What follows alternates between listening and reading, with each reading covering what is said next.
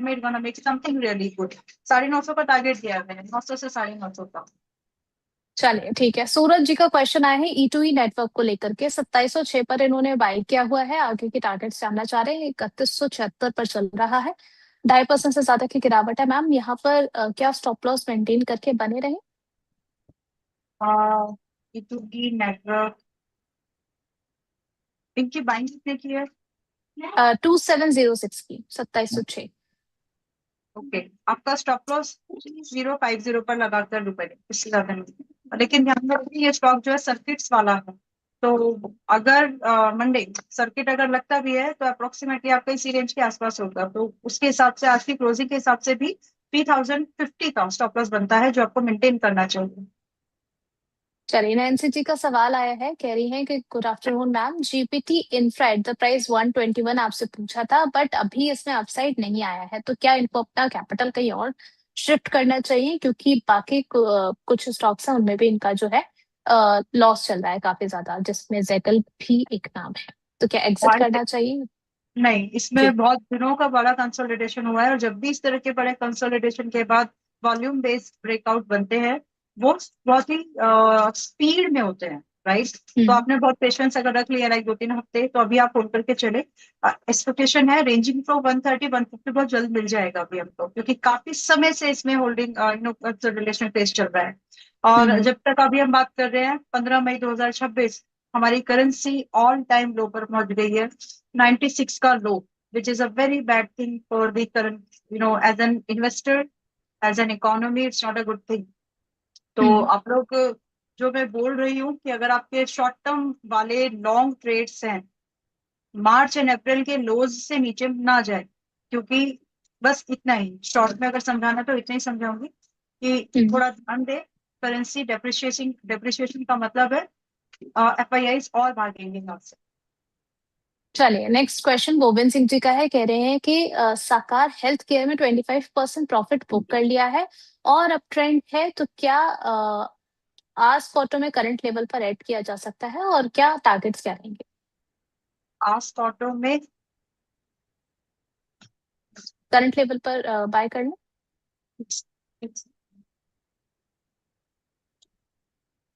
वहाँ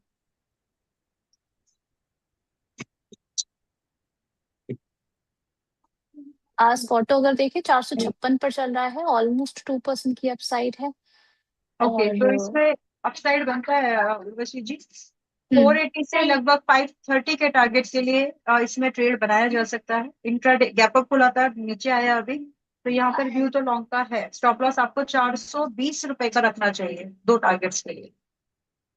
चलिए, stop loss जो है 420 का रख करके आप चल सकते हैं। ठीक है, नेक्स्ट क्वेश्चन। चलिए, नेक्स्ट क्वेश्चन यहाँ पर मैम, मेरी आवाज आ रही है आपको? Yes please. Okay. Next question ma'am यहाँ पर आया है, रिलायंस को लेकर के पूछ रहे हाँ, हैं कि क्या रिलायंस ले सकते हैं अभी? कितने समय के लिए? देखिए 2 साल से कम का नजरिया तो नहीं ले सकते, 2 साल के नजरिए पर ले सकते हैं। अच्छा ठीक है, तो यानी कि अगर आप ट्रेडर हैं तो थोड़ा सा अभी अवॉइड करके चले। ऐसे इन्वेस्टमेंट पर्पज से रिलायंस बेहतर लग रहा है करंट लेवल पर, या फिर अभी थोड़ा सा और वेट करके जो है खरीदा जा सकता है, नेक्स्ट वीक तक का ज्यादा रुक जाए? ज्यादा डाउनसाइड नहीं है उर्वशी जी, गिरा भी तो 10%, लेकिन एज एन हम्म। इन्वेस्टर जो इसमें वैल्यू अनलॉकिंग के जो कुछ बेनिफिट्स आपको मिलने वाले हैं वो तभी हम्म। मिलेंगे when you are staying invested in this. तो इसी हम्म। सलाह पर मतलब हैव अ वेरी, सभी स्टॉक में ट्रेड नहीं होता और सभी में ट्रेड इन्वेस्टमेंट नहीं होती, तो बहुत हम्म। बीच में एक लाइन आपको ड्रॉ करनी है। अगर आप रिलायंस में आज खरीदारी कर रहे हो तो थोड़ा बहुत कोशिश रखिए कि अगर इसमें कभी आप ओवरवेट भी हो गए तो प्रॉब्लम नहीं है, बट यस डाउनसाइड असेसमेंट अगर करो तो 10% से ज्यादा करंट प्राइस से नहीं लगता। Now you can take make your decision. चलिए, अगला सवाल रामा साहू जी, ये भी हमारे प्राइम दर्शक है, इनका सवाल आया है हेवल्स को लेकर के। 1276 पर इन्होंने बाय किया हुआ है हेवल्स, अभी जो है वो 1210 पर आ गया है, तो यहाँ पर इन्हें क्या स्टॉप लॉस मेंटेन करके चलना है मैम? थोड़े मार्केट के सेंटीमेंट है अच्छे नहीं है। कितने का है इनकी बाइंग? इनकी बाइंग प्राइस है 1276 की। ओके, नहीं नहीं, आप इसको होल्ड करिएगा। प्रॉफिट बुकिंग उन स्टॉक्स में करिए जहां वो चल चुके जैसे स्टॉक्स है, बीट डेटा पैटर्न, अपोलो माइक्रो, मैं जिस नाम ले रही हूँ, बाकी आप देख लेना, एमएनएम, जो चले हैं, अच्छे चले हैं, जो अपने अच्छी चाल को करके है, उन स्टॉक्स में हम बिल्कुल ट्रेलिंग एंड प्रॉफिट बुकिंग करें, थोड़ा बहुत पार्शियल। बाकी जो बिल्कुल बिटन डाउन से स्टॉक्स है, लाइक डाबर, बहुत खास नहीं चला, कंजप्शन में अभी मौका है, फार्मा में अभी मौका है, तो सिमिलरली हेवल्स, तो जो स्टॉक अभी जगह है उनमें ये रूल फॉलो नहीं करना है, राइट। फिर भी जो मार्च वाला जो लो है, वो वाला रूल सब में एप्लीकेबल होगा, प्रॉफिट बुकिंग वाला सब्जेक्ट टू स्टॉक चला कितना, राइट। तो अभी चल रहा है आपका हेवल्स 1210, मैं तो यहाँ पर आपको फ्रेश लॉन्ग की भी सलाह दूंगी, अगर किसी को करना है तो फ्रेश लॉन्ग भी किए जा सकते हैं with stop loss at 1100, possible target बना भी समथिंग रेंजिंग फ्रॉम 1300, 1300 से लेकर के अप टू 1500 मिनिमम। इसके बाद इन्वेस्टर्स के लिए अपने 2000 के टारगेट होंगे, उसको दोबारा रिविजिट कर लेंगे कि कितना समय लग सकता है, बट 1300 1500 के टारगेट के लिए बाय किया जा सकता है। चलिए ठीक है, यहाँ पर एक और सवाल ले लेते हैं। इनका कहना है मैम कि प्रॉफिट बुक करना चाह रही थी अडानी ग्रीन में, 28% का इनका प्रॉफिट था। अब भी कह रही है नाउ इट्स डाउन टुडे, तो जो अडानी को लेकर के जो फ्रॉड मामले की निटारी की खबर भी आ रही है, तो उसमें कई सारे लोग अभी बाय कॉल भी दे रहे हैं, तो अभी कंफ्यूज है ये कि निकल लिया जाए, बने रहें, आपका नजरिया इस पर क्या रहेगा? 2000 का टारगेट है दिसंबर 2026 तक, डिसीजन आपको लेना है। बाकी मैंने ये स्टॉक, अभी आपका शॉर्ट टर्म वाला व्यू है तो आप निकलो, लेकिन अगर आप 2000 चेस कर सकते हो, डाउन साइड असेसमेंट 1100 रुपए तक है, अगर वहां तक आया और वहां पर आप परेशान नहीं होंगे तो आप होल्ड कर लीजिए। और मेरी रिकमेंडेशन अडानी ग्रीन पावर में 865 से 905 दो बार दी है, उसके बाद 1100 पर भी एक बार दे दिया कि ठीक है इसमें 1250 1300 समथिंग टारगेट आने वाले हैं, होल्ड कर लीजिए। आ गए हैं तो शॉर्ट टर्म का टारगेट अचीव हो चुका है, देखिए अगर आप बुक करना चाहें कोई प्रॉब्लम नहीं है, बाकी इन्वेस्टर 2000 का वेट करिए। और रही बात की फ्रेश बाय किस रेंज में ले सकते हैं, डाउन साइड 1100 तक लगता जरूर है, लेकिन हम एग्जैक्टली वहां बाइंग का व्यू नहीं ले रहे हैं, 1200 1250 के आसपास दोबारा देख सकते हैं हम। चलिए मैम, एक आध सवाल और ले सकते हैं या फिर डिस्क्लेमर की तरफ पढ़े? ठीक है, गो अहेड प्लीज, देख सकते हैं। चलिए ठीक है, एक आखिरी सवाल ही ले लेंगे क्योंकि ज्यादा वक्त नहीं दूंगी मैं आपका। भारतीय एयरटेल को लेकर के और इंडस टावर, अब इंडस टावर को लेकर पिछली बार भी आपसे चर्चा हुई थी, रजत जी बोलकर गए थे कि इंडस टावर का सवाल आए तो अंबाला मैम अगर आ रही है तो मिस नहीं करना है। भारतीय एयरटेल 1950 पर इन्होंने बाय किया है, इंडस टावर जो किया है इन्होंने 439 पर, 400। 439 पर। तो यहाँ पर एग्जिट जो है वो प्रॉफिट पर हो पाएगा शॉर्ट टर्म में? मैंने रिकमेंडेशन है 405 और 400 पे दी।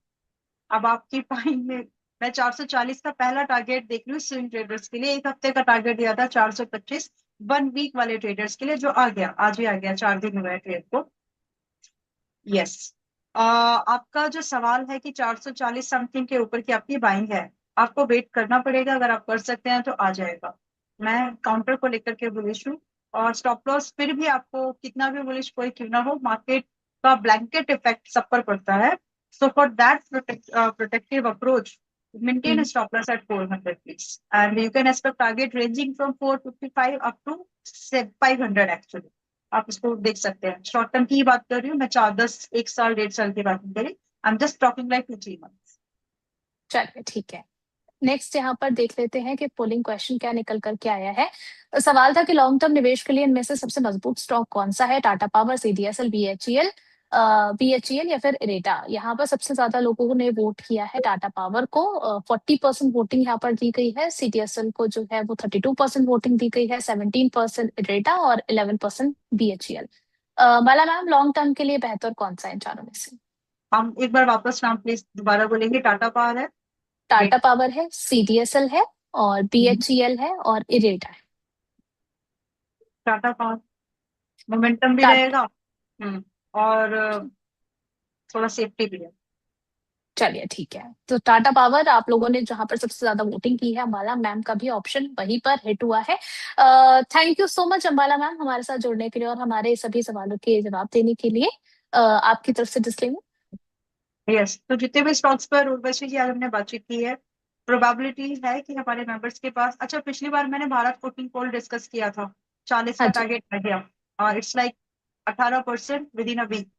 बुक करने की सलाह अभी भी नहीं है। This is really hmm. Something could get multifold, तो इसको काम करने दो, ट्रेलिंग जरूर कर ठीक लीजिए है। कॉस्ट के ऊपर। नाउ जितने भी स्टॉक्स पे मैंने बातचीत की है उनमें से किसी भी स्टॉक में मेरा कोई पर्सनल कॉन्फ्लिक्ट ऑफ इंटरेस्ट नहीं है, I know position in the discuss stock recommended list. बाकी मेंबर्स के पास जरूर हो सकते हैं। एंड ट्रेडिंग एंड इन्वेस्टमेंट दोनों सब्जेक्ट टू मार्केट रिस्क है, समझते हुए काम करिए, फाइनेंशियल एडवाइजर से सलाह मशवरा करके ही कोई भी डिसीजन ले, और nothing comes with a guarantee in this market, ये आपको पता होना चाहिए। Thank you so much and wish you good luck. Thank you so much ma'am. चलिए आगे का डिस्कशन हम कंटिन्यू करेंगे। हमारे साथ जुड़ चुके हैं फाइनेंशियल सारथी के